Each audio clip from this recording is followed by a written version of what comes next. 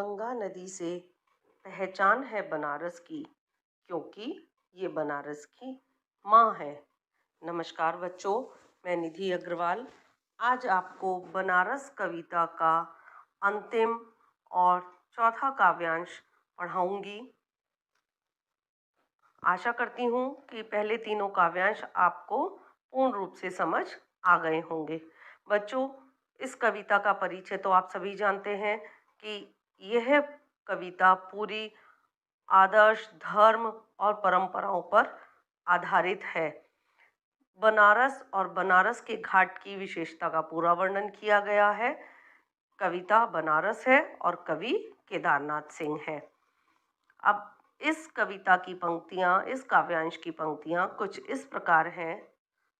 जो है वह खड़ा है बिना किसी स्तंभ के, जो नहीं है उसे थामे है राख और रोशनी के ऊंचे ऊंचे स्तंभ, आग के स्तंभ और पानी के स्तंभ, धुएं के, खुशबू के, आदमी के उठे हुए हाथों के स्तंभ। स्तंभ यानी खंबा, थामे हुए अर्थात पकड़े हुए।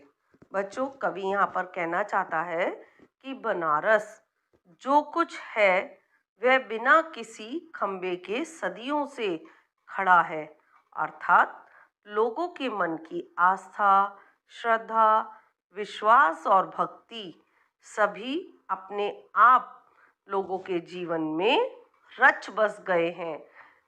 राख, रोशनी, आग, पानी, धुआं, खुशबू और आदमी के उठे हुए हाथों के स्तंभ के द्वारा, मतलब आदमी के जो हाथ है जब वो ऊपर भगवान की पूजा के लिए, आरती के लिए, अर्घ्य देने के लिए जब वह ऊपर उठाता है तो उनको कवि ने स्तंभ का है, खंबे के समान बताया है। उससे कवि क्या कहना चाहता है? कवि कहना चाहता है कि यह शहर आस्था के स्तंभों तथा काशी नदी के सानिध्य में मोक्ष की अवधारणा पर खड़ा हुआ है। अब आगे की पंक्तियां कुछ इस प्रकार है। किसी अलक्षित सूर्य को देता हुआ अर्घ्य शताब्दियों से इसी तरह गंगा के जल में अपनी एक टांग पर खड़ा है। यह शहर अपनी दूसरी टांग से बिल्कुल बेखबर। कवि यहाँ पर क्या कहता है बच्चों? अलक्षित का मतलब है अज्ञात, शताब्दियों का मतलब है 100 सालों से, यानी 100 साल पहले से। तो अब आप समझ ही गए होंगे कि बनारस में जो परंपराएं चली आ रही हैं वो कितनी पुरानी हैं। सदियों से ऐसा ही चला आ रहा है बनारस में। कवि कहता है कि सैकड़ों वर्षों से यहाँ के लोग एक पैर पर खड़े होकर साधना करते हैं और अज्ञात सूर्य को अर्घ्य अर्थात जल देते आ रहे हैं। अर्थात यहाँ के लोग सदा से ही धर्म कर्म में लगे हुए हैं। इसी से यहाँ की जो सांस्कृतिक विरासत है वो बनी हुई है। ऐसा नहीं है कि पहले लोग करते थे और अब लोगों ने छोड़ दिया हो।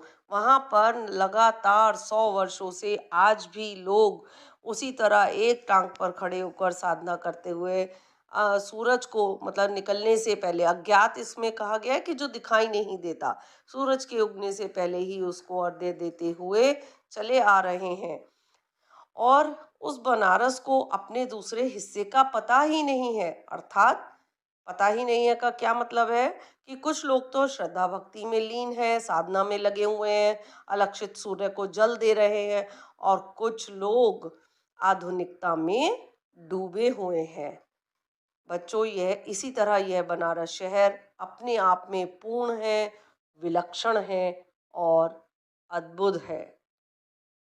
यहाँ पर साधारण बोली में कविता है, खड़ी बोली है, ऊंचे ऊंचे में पुनरुक्ति प्रकाश अलंकार है, बिल्कुल बेखबर में अनुप्रास अलंकार और मानव्यकरण अलंकार है। तो बच्चों, आज हमारी ये कविता पूरी होती है। बनारस बहुत ही रोचक कविता है। बनारस एक ऐसा शहर है जिसे देखने की इच्छा एक बार सबके मन में जरूर होती है। तो बच्चों, आशा करती हूँ कि आपको ये कविता पूर्ण रूप से समझ आ गई होगी। चलिए फिर मिलेंगे। धन्यवाद बच्चों।